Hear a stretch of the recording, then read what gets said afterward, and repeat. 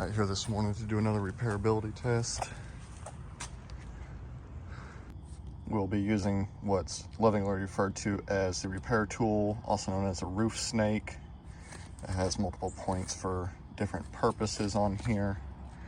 We'll be using this to attempt the repair today. All right, so where we're going to attempt to do this repair at is going to be right here where we have some wind lifted tabs. There's creases on the ones on either side of the pipe boot, and then we have zippering coming down 3, 4, 5. Okay, so we have these 5 tabs coming down, and then the side-by-side one on either side of the tabs, not individual shingles. Shingles are 3 tabs long, as you see over here with this. So we want to drop below any shingles that would be glued in, nailed in around that pipe boot.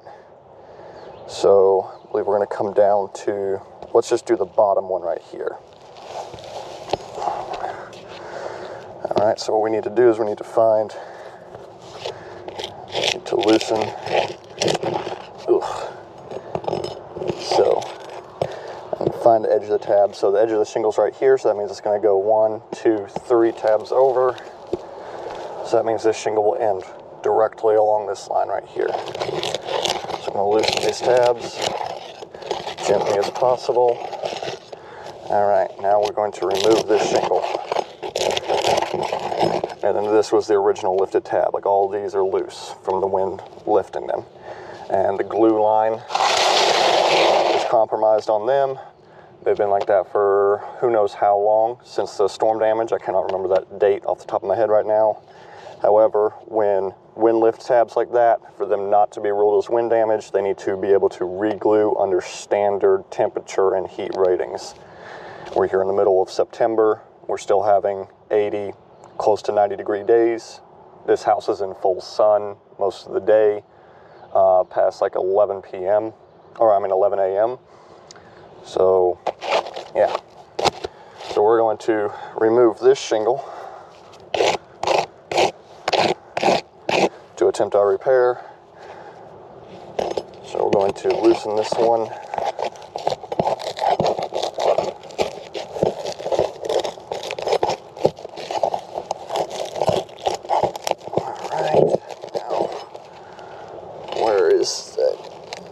Okay, so it's nailed to the strip above it. There's nails in the middle of the shingle above it holding this one in. So I do have to pop it loose from those, which means I'll have to re-nail 2 lengths of shingles. Finding those. Okay, got 2 of them. There should be at least 1 or 2 more.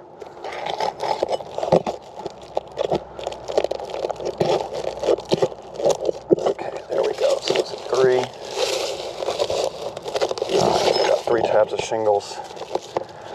So now you have to break this glue line, which, remember, the glue line is not resealing any of these shingles even over an extended amount of time.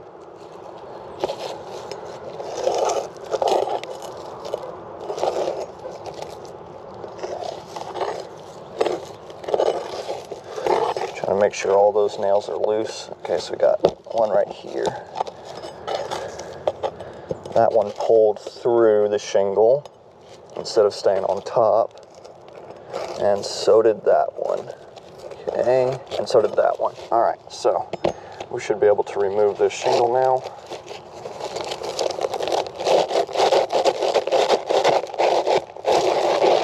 I've got one still holding it somewhere here. All right, so I don't think you can ask for more gentle removal than that. So we have 2 of the old nails right there. We will remove all the old ones, and we're not reusing nails.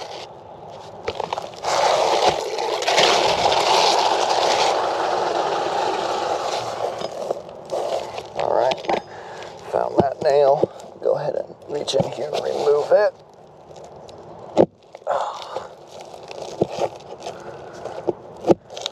Let's see with this thing. One more right here. Get that out of there.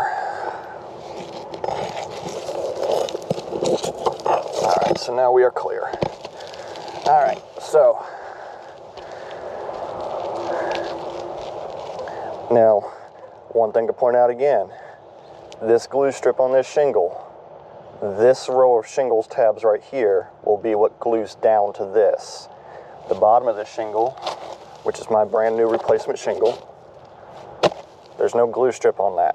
So that is wanting to glue down to this, which there is no texture, nothing left of that glue strip right there. There's pure transference, which is the terminology used. There's transference going on where that glue is ending up on the bottom of the shingle that came loose.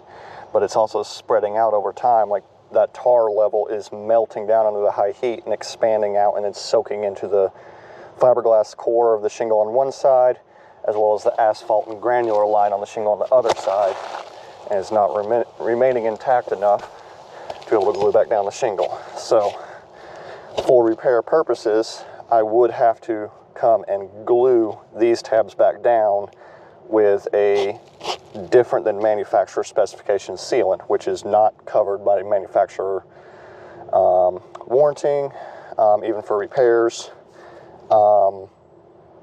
Is able to be done, but it's not the recommended route to go. If you're having to glue a bunch of tabs back down, similar to all these that are loosened up right here, that is way above and beyond any regular roofing maintenance that should ever be expected to be performed. Now, let's attempt to do this repair. Now, remember, I had to remove the nails that are basically holding in this shingle above it, because they were nailed through the nail line of the shingle is the midpoint right here where the glue line is. That overlaps. I'm going to line this shingle up right here. That overlaps. The glue line of the next shingle above is directly in the top of this, which is why on our old shingle, you can see we have marks from two different rows of nails. We got a row that runs right along this glue line, which is manufacturer recommendation, and then a couple inches in right here, you have this other row of nails. Now,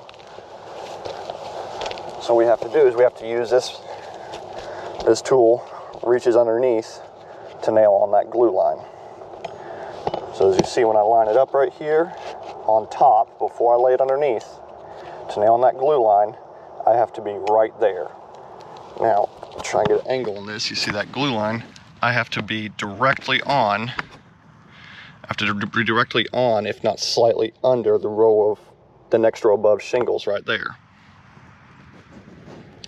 So with that being said, to perform this repair, when I'm using this tool to hammer in the shingle, I have to be exactly on it like that. It has to be riding directly in this groove to be exactly at the right spot to hit that nail line.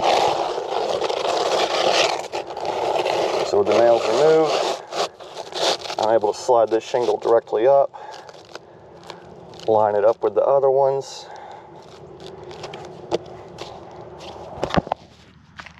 That looks good right there. Now,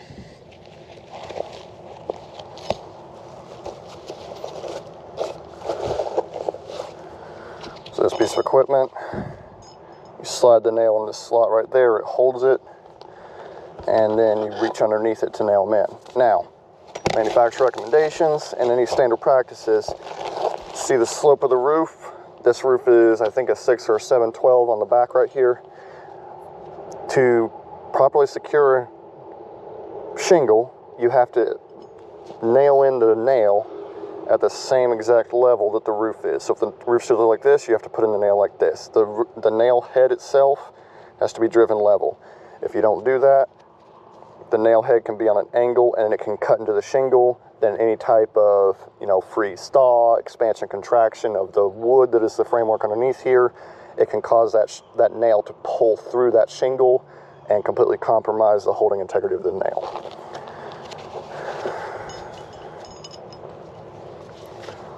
All right, so we're going to put our first nail in here on this shingle, right here. And this does have to be, I have to hold it up in the air to hold this like level with the plane. I'm looking at the head of the unit here for the roof snake. That's what the tool is called. and then I have to pound it down in. And as I get lower, this bottom part comes down and comes in contact with the roof below it. Now, here's the problem I'm seeing already. So, when I bring this down, yes, it comes level with it. Our nail is currently being seated correctly. But I'm causing damage along this edge right here, and I'm hammering on this. I'm not hitting this. This is just the nail line. I'm going to pull the unit out right here. The nail is directly in the middle of the nail line where it's supposed to be mounted. But when I'm hammering on the unit right here, and I'm not swinging hard, the unit itself is causing damage on the edge of the shingle right here. So we do have some impact damage there. On top of that, I'm looking right here, similar to a new, let's see if I can get a closer view on this. So our nail, I don't want to manipulate the shingle too much. Our nail is right there underneath. And then when you come straight down from that, the bottom of this right here, I've created an impact point right there where there's gravels crushed like a hail impact. Because when I'm coming down level with this unit, the base of this comes into contact with that shingle below it. Now, that nail is not completed yet. This holds it up about 1/4 inch in the air. Then after I pull it out, now I have to place this back on top of it now. Instead of in the slot, I have to put it on top of it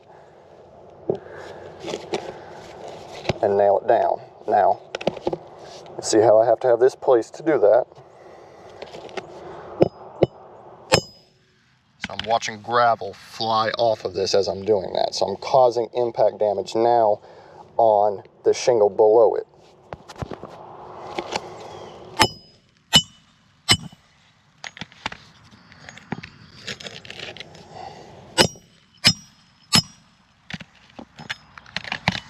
Okay, so that nail is still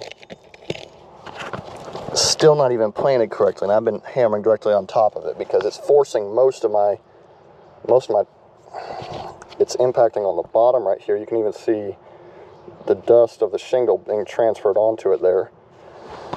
Let's get that nail seated. I'm gonna try and give it a, holding it there, I just mashed my whole hand.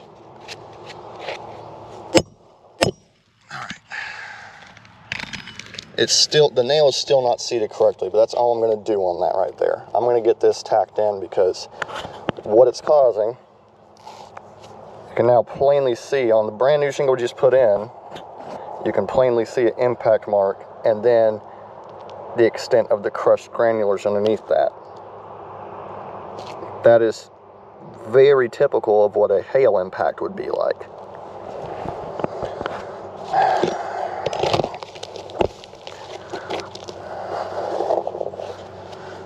So I need a minimum 3 nails on here. And that's absolute bare minimum for a 3-tab shingle. But this is, at this point, I'm going to call this a temporary repair. Because I'm seeing that it's causing extra damage.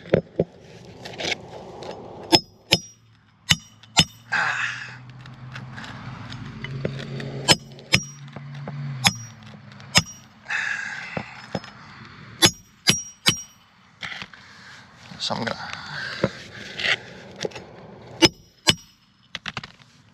alright, so before I pull this out of here, let me see if I can get the GoPro pulled off my chest here now. So that's where the placement is. The nail is right in the middle of the glue line.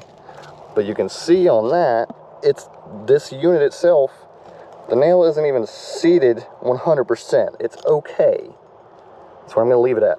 But you can see around it where it's causing impact damage on a brand new shingle. You can see that crushed granule all around that. And then down below it again, directly beneath that shingle, you have more impact. So I'm gonna put one more nail in this, and I'm gonna put a couple nails back in the tab above. But this is definitely a temporary repair this is definitely a failure of a repairability. This tool causes, and I've heard from other people that this thing sometimes it can work. But the problem is when I'm causing impact damage on a brand new shingle,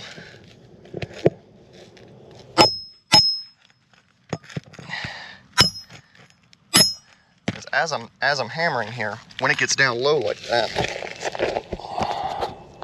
when it gets down low, and then I have to take it out of the slot, pull out another nail here for example. When I get down to that point, like it's nailed down to there, and then I have to pull this out to start hammering this down, the entire tool has to be flat on the roof. Then when I'm hammering on this right here, a good more than half of the force, because of the length of the tool right here, more than half of the force is coming out here. I put gloves on, and I'm trying to hold it, but you can see even on my gloves where this is smashing my hand when I tried to hold it, fingers underneath it or something, to try and prevent impact damage. Yeah, that's beating my hand up.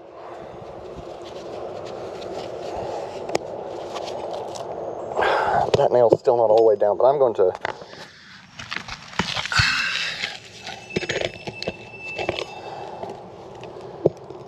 try and get a angle on this thing.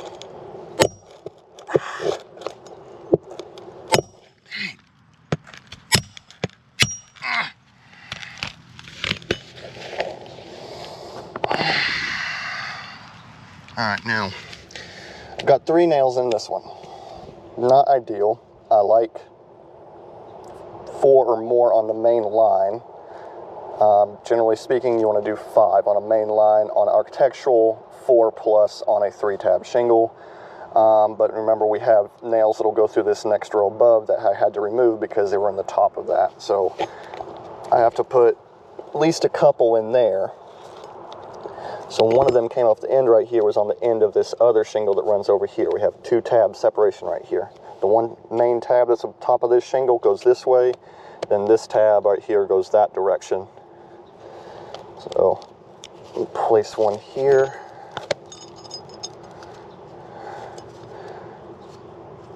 And because this is a failure of a repair and this is causing additional damages, what I'm doing now is just temporary nail placements.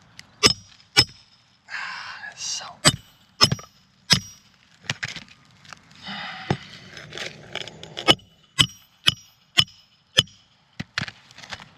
just to stop and point one more thing out here.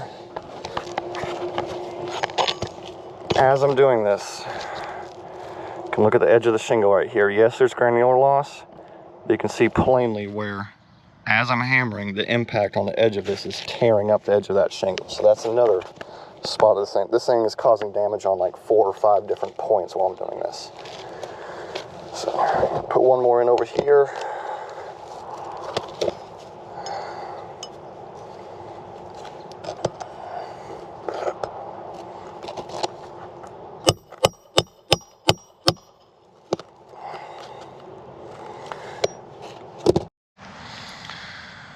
So yeah, GoPro died, I had to put a new battery in it. But I put those 2 nails in. 2 nails are in the shingle above. 3 nails in for the new tab that was added in. With that damages that are caused, the impact damages, the edge of the shingle damages, and I also have the granular that's just falling off of there from that impact damage. Causing damages to the tabs above, the tabs below. It's now, let's see, we got damage on this one, got damage on this one, got damage on this one, got damage on, more damage on this tab, so that's new damage on that one. I'm spinning you all around, I apologize. So now we got damage on, more damage on this one from that impact of the tool right on the edge right there. Got damage on this one. Got damage on the edge of this one. That's those 2 nails that I put in there, because I still have nails over on the end of it over here. Then we have damage on the brand new tab added in. below that tab, now it's like a hail impact where you got loosened gravel. It's just brushing with the top of my finger right there. Those were impacted and crushed gravels. That has now left a clear impact mark in the middle of that. And you can even see the crushed gravel on the brand new shingle. And similar across this. So the brand new tab we just added in is now damaged. Then the shingle beneath that right there, we've got there. So replacing this one tab has now damaged 1, 2, the shingle itself. So 3, 4, 5 tabs, 6, 7, 8, and added more to this one over here. So if this one was not affected, we could originally, by the loss of glue structure, we could say replacing this one tab has caused damage to 9 shingles around this. So this repairability test is a failure.